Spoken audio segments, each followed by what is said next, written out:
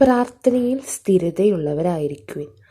ഈ പ്രാർത്ഥനയിൽ സ്ഥിരതയുള്ളവരായിരിക്കുവിൻ എന്ന് വിചാരിച്ചാൽ നമ്മളെപ്പോഴും പ്രാർത്ഥിക്കുന്ന ആൾക്കാരായിരിക്കും. ചിലപ്പോൾ പ്രാർത്ഥിക്കും നമുക്ക് ഫുൾ A+ കിട്ടാൻ, നല്ല മാർക്ക് കിട്ടാൻ. പക്ഷെ ചിലപ്പോൾ കിട്ടിയെന്ന് വരില്ല കേട്ടോ ഫുൾ A+ ഒന്നും. അപ്പോൾ നമ്മൾ എന്ത് ചെയ്യും? ഇരുന്ന് വിഷമിക്കും. ഞാൻ ദൈവത്തിനോട് എന്തോരം പ്രാർത്ഥിച്ചതാണ് നല്ല മാർക്ക് കിട്ടാൻ, എന്നിട്ടും എനിക്ക് മാർക്കൊന്നും കിട്ടിയില്ലല്ലോ, കുറവാണല്ലോ കിട്ടിയെന്ന് വിചാരിച്ച് നമ്മൾ സങ്കടപ്പെടും.